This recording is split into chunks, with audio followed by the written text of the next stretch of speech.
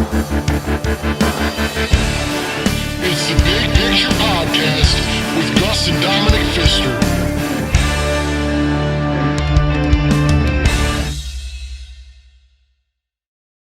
Hello, my name is Dominick Pfister. And I'm Gus Pfister. And welcome back for episode 6 of the Big Picture Podcast, brought to you by Mellow Subs on 242 Genesee Street in Utica, New York. If you missed us last week, you can find us on our YouTube channel, the link to which can be found on our Twitter page, podcast_picture, and our Instagram and Facebook accounts, Big Picture Sports. Additionally, we can be streamed on platforms such as Spotify, SoundCloud, Apple Music, Google Play. We're out there. We're growing. We're officially out there, and we're glad to see that we're getting some new listeners. People are tuning in, so thank you guys for the support so far. Thank you for helping us continue to grow and paint the big picture. We have a great show for you today. We're going to dive into how athletes can use their platform in a really positive way to make some lasting impacts on communities, schools, hospitals, essentially lives of people all over the world. Yeah, feel-good show, and what's more feel-good than a mellow sub, Gus? You'll never see a bigger sandwich in your life than a nice mellow sub. Mellow subs, best subs in Utica. I would go pretty far. I don't know where in New York State has better subs, but you can really judge a human by their mellow sub order. I haven't found a better sub around yet. All right, let's get into this. Philanthropy has always been part of U.S. celebrity culture, and athletes, many of whom have benefited directly from the charitable donations of others, have joined in these efforts. We love to hear these feel-good stories of athletes and celebrities going out of their way to do good in communities, and it seemed the more we looked into it this week, we were able to find more, which was a lot of fun. Yeah, there was no shortage of stories. In the sports world, there are a lot of charitable superstars, and many of them who have philanthropy, who may be seen as image buffing, but it has always been stated that the true measure of someone's character is what they do when no one's looking. They're not looking to receive any recognition, just out of the goodness of their heart, trying to make somebody's day better, do something to brighten up someone's day. So with all the news lately, it's been pretty bad. So this is an opportunity to showcase that there's still a lot of really good people willing to help in this country and around the world. So the athletes we're about to highlight, we're talking about how they've benefited communities, schools, hospitals, and there's some really great stories that may or may not have been shared publicly. I think the interesting thing to mention is there's no definitive book of history on this subject. Instead, we have stories which are buried in individual biographies and brief articles, and it makes it a little difficult to compare experiences, but it raises a lot of questions as well. Yeah. So, for example, a question, how do athletes' philanthropic donations compare to others of comparable earning power or celebrity status? Athletes are in a really different ballpark because we've talked about this in the past, how they've always been put on a higher pedestal. We started off with the Greek Olympics and how people saw those athletes, and it's really transcended and included today's times. So it's very difficult to tell you how it is stacked up to other celebrities such as Hollywood or anything, because there's really not research done on this topic. And athletes for Hope Foundation was established in 2007. And that's essentially where we have the most of our information. And with that organization, the whole point of it is to try and educate athletes about philanthropy and collect athletes, sports organizations to charitable causes. So the Chronicle of Philanthropy reported that between 2006 and 2008, over 500 professional athletes were involved in some sort of foundation, whether it was theirs or loved ones or someone close to them, a friend, that they were involved. So since that was such a long time ago, it's hard to see if those numbers have changed or not because of the lack of research, but 500 was a pretty big number back then, 2008, and we can only hope that it's grown since then. Yeah, despite the lack of research, though, there are really endless stories on the topic. For example, in 1982, George Steinbrenner, obviously the principal owner of the New York Yankees, while attending the funeral of a police officer killed in the line of duty, he was deeply moved by the ceremony where they took the American flag, folded it military style, and presented it to the officer's surviving spouse and children. If you've never experienced a military or police funeral, it really is a very moving experience with playing taps and the folding of the flag. It's really a moving celebration of that individual's life. But George Steinbrenner could not forget the image of the children at this funeral. He was concerned about their education and who would help with the cost, so he established the Silver Shield Foundation. Yeah, the Silver Shield Foundation is an unbelievable cause, and it's for that reason. For children of police officers, firefighters, first responders who are killed in the line of duty. So he was really, like you said, mixed on that education piece. And how are these kids going to have to grow up if they can't be educated? So they set aside an educational fund for all these kids. And for each surviving child, they go through tuition payments for prep school, college, university, undergraduate and graduate school, trade schools, tutoring services. It's to ensure that their education is fully accounted for. And they send the payments directly to the schools, right to the tutors, right to the families. And then the best part about it is they're always in contact with these families. So it's not like they're just paying and kind of leaving them. They always have this follow-up of their education to ensure that they're turning out okay. And it's a beautiful cause from, a really wealthy but promising member of the New York City community. Steinbrenner's leadership really showed out after 9/11 we talked about it last week, how that tragedy impacted sports. And he himself and the Yankees organization, they donated over $1 million to help build and sustain the 9/11 Memorial in New York City, which was still one of the most powerful pieces of landmarks in this country, something that stands tall today. So that ceremony helped raise the funds and awareness for that memorial. Yeah, like you said, much like our episode about sports and tragedy, we spoke about countless stories of athletes using their platforms to rebuild communities. We talked about the Saints and kind of how their victory over the Falcons and the blocked punt by Steve Gleason was symbolic of the rebuild of New Orleans. But J.J. Watt with the Texans and Hurricane Harvey is certainly one of those people that made a huge impact. He raised $37 million when obviously Hurricane Harvey devastated the city of Houston in 2017. And the original goal was to raise $200,000, which he blew that out of the water.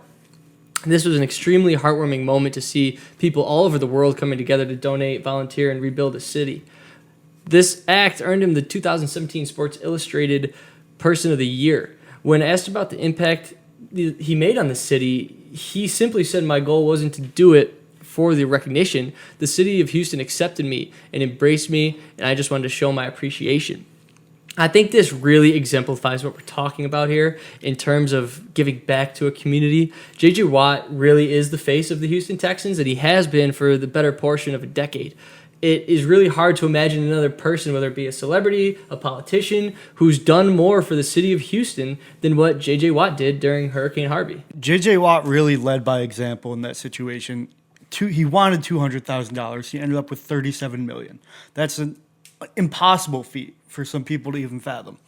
And what he really brought up was the aspect of recognition, which is a very interesting idea because especially in today's culture, we have social media platforms such as Twitter, Instagram, stuff like that. And we see sometimes people doing stuff looking for recognition. They want to get maybe a couple likes or something. And it's kind of a personal thing. He put all personal aspects aside and just focused on the greater good of that community. There's a lot of negatives and positives for social media, and one player that really used it to amplify its good is Chris Long of the Eagles. Chris Long really put his money where his mouth was, where he donated his entire salary for each game checked went directly to the city educational programs that he played in for that entire year in 2018. And he was really a shining example of how athletes can use their community and their funds that they have earned through playing to really better someone else's life. And because of this, he was the NFL Walter Payton Man of the Year in 2018. Yeah, sweetness, Walter Payton. Everybody knows the greatness of Walter Payton on the field. However, arguably, as good as he was on the field, more important than anything he ever did on the field was his gracious work off the field, which kind of helped lead his nickname Sweetness. The Walter Payton NFL Man of the Year award is recognized as a player for their excellence off the field. And this award was established back in 1970, but it was renamed in 1999 after the late Hall of Fame Chicago Bears running back. Walter Payton in each this award, it goes to charity. They get money for charity. Each team nominates one player who has had a very significant impact to their respective community.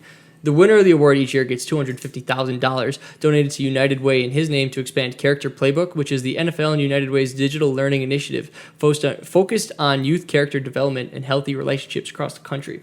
Up to $250,000 donated to the winner's charity of choice. All other 31 nominees receive $50,000 in donations to their name to expand Character Playbook, and up to $50,000 donated to their charity of choice. A lot of money is being thrown around, but a lot of money going towards really important causes and really benefiting a lot of lives, and that's the stress here. It's obviously how important it is for athletes to help their communities. And we talked about how there's a lack of research, so it kind of raises more questions than answers. So a question I really have is, what is this relationship between the giving patterns of athletes and the communities they come from? A lot of athletes, they grow up in kind of poverty-ridden cities. We see a lot of stories about that in the media, and while they're playing games, it's something that is stressed. And they use it as motivation to really help themselves, help their family, help their friends, and help others that are in that similar situation. And Richard Sherman might be the most perfect example of this. He has been vastly criticized in the media. He's kind of got loudmouth antics. We saw after the play with Crabtree, he was yelling into the microphone, and he got a lot of heat for that. What people don't really know is his personal story. He grew up in Compton, California, which is really one of the most poverty-ridden, dangerous cities in our country. And Sherman went on to leave Compton and go to Stanford University, an elite-level institution in America. And he graduated from Stanford University with over a 3.0 GPA. It was closer to 4.0. He is a brilliant mind and someone who really is looking to make that impact. But he claims that he's more impressed with himself with what he's done off the field instead of on the field. We've known what he's done on the field, Pro Bowls, everything. He's an elite level cornerback. But the Richard Sherman Foundation is an organization dedicated to channeling these resources and ensuring that as many children as possible are provided with school supplies and adequate clothing. And he doesn't just stop there, though. He doesn't stop at clothing. He works with Microsoft to bring computer labs to underfunded high schools in California, right in his hometown of Compton and a lot of others.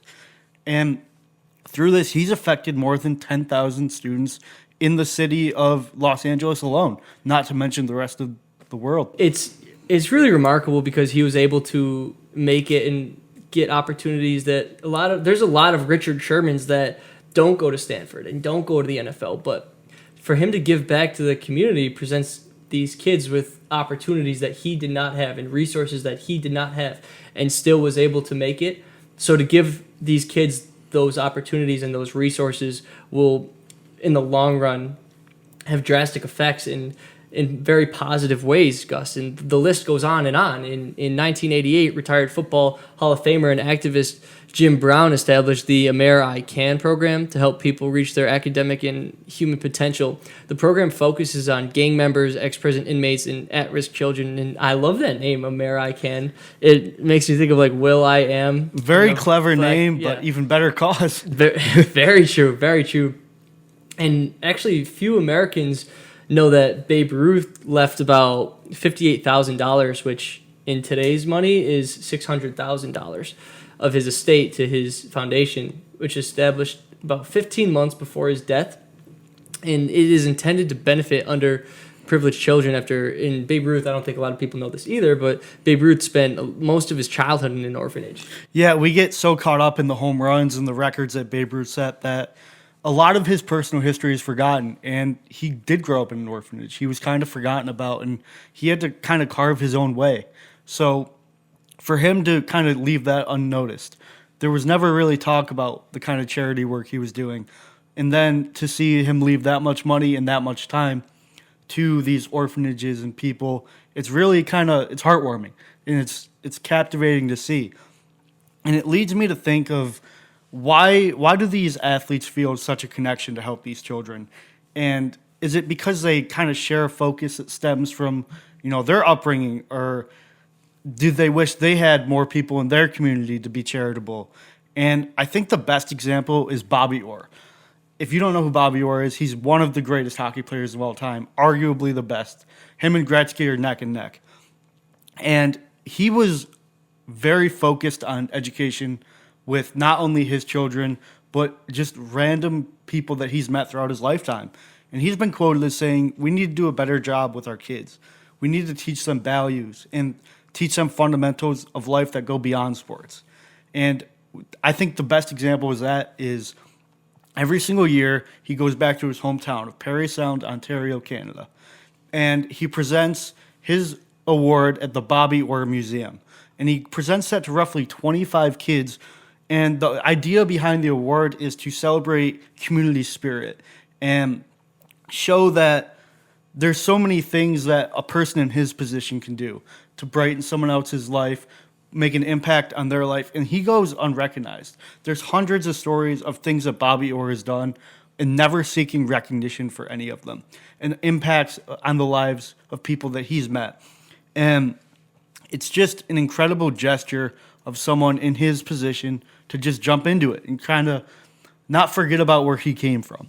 And much like Bobby Orr, when Seahawks quarterback Russell Wilson isn't training or prepping, Wilson makes weekly visits to Seattle's children's hospitals and spends time with sick fans. Well, Wilson's charitable contributions are impressive. The personal relationships he's forged through his philanthropy are just as valuable. They're life-changing. They're honestly life-changing. His Why Not You Foundation supports various children's causes while also being the national ambassador for the Charles Ray III Diabetes Association. And his Invested with Russell raises money for local charities. If that's not enough, Russell does his part with the Russell Wilson Passing Academy in various cities. And like we talked earlier about how athletes' philanthropic efforts are compared to other celebrities, Chris Pratt stole his Star-Lord costume and went and visited sick children in children's hospitals. Christian Bale, after the shootings from The Dark Knight Rises, wore his Batman costume to the hospitals, to the victims. What's different here is that if Chris Pratt or Christian Bale just showed up at a hospital, people would ask them who they're going to visit. The impact would be less significant because they're out of character. But with an athlete like Russell Wilson, he's always Russell Wilson. Athletes are always athletes. They could take off their jersey, they could take off their helmet, cleats, whatever, but they still remain on the highest pedestal. That's an excellent point. And with all this time between training and games and appearances, and when you're an athlete, you are a celebrity. They go hand in hand, especially with someone's caliber like Russell Wilson, who also has a pretty sad upbringing. He lost his father at a young age, and that really impacted him. So he always speaks about the importance of family, and stuff that really, really resonates with him is going to these hospitals and speaking with children and being a friend, not just an athlete in their eyes, not even going for an hour and leaving and that was it. He keeps up with these children. He mentors these children. And it's heartwarming to see that someone of his caliber can step off the field and be a bigger inspiration on the field. It's a pure, genuine effort. Purely genuine, purely what we need in these communities. And like we said at the beginning of the show, there's thousands of other stories of this happening. John Cena of the WWE has granted over 500 Make-A-Wishes. LeBron James has sent over 1,000 kids to school yearly. Eli Manning, he started a children's clinic in Mississippi in his town where they treat more than 75,000 children each year. Drew Brees has raised over $22 million with his foundation, and he works with cancer research. We saw his efforts with Hurricane Katrina after that happened, and he was new to that city then. And he works with neighborhood relief programs in New Orleans. He really tries to bring that city back to life. And in my opinion, the bottom line is sports really bring communities back together. They really mend friendships. They mend old heartache, everything. Sports are there for people, and it gives kids an opportunity to build friendships, create memories. I mean, how many memories do we have playing sports over time? Endless Amounts of memories, and it allows athletes platforms to inspire change. And That's why, in my opinion, I think studying the history of athletes' philanthropy can really tell a more complete story of athletes' lives. And I feel like it's far more important than seeing a story on ESPN or something of what they did off the field. We need more off the field stories. It allows people and scholars of both sport history and philanthropy to find a common ground and essentially just tell great stories. I think the big picture here, Gus, and this is something that we have talked about at length throughout the course of this podcast, is that athletes truly stand atop a platform in society. They are placed on a pedestal. Even, people think we just talked about all these high-end athletes who have millions and millions of dollars, and, well, you don't need all that money to give back to your community. You see high school teams throwing fundraisers, doing car washes, and volunteering for their community. You just said we played sports our whole life, endless memories, but we played high school baseball together, and I remember going around an elderly community during the fall, and it wasn't even baseball season, but we got together as a team, and we were raking leaves for, the elderly people in the community who couldn't do it themselves. Sports, they don't just give kids a chance to play and showcase their talents they may or may not have. They don't just create friendships on and off the field. They give humanity a platform to do something good. They benefit the community in so many ways. They're just a pure intrinsic good to our world. It's an excellent point. And if you look into childhood development stories, sports really play an integral part in that community setting, the friendship setting, the self-esteem setting. Sports are really there to help children grow up into becoming good people. And we see it time and time again. Until next time, I'm Dominic. And I'm Gus Pfister. Thanks for tuning in, and we'll see you next week. It's the Big Picture Podcast with Gus and Dominick Pfister.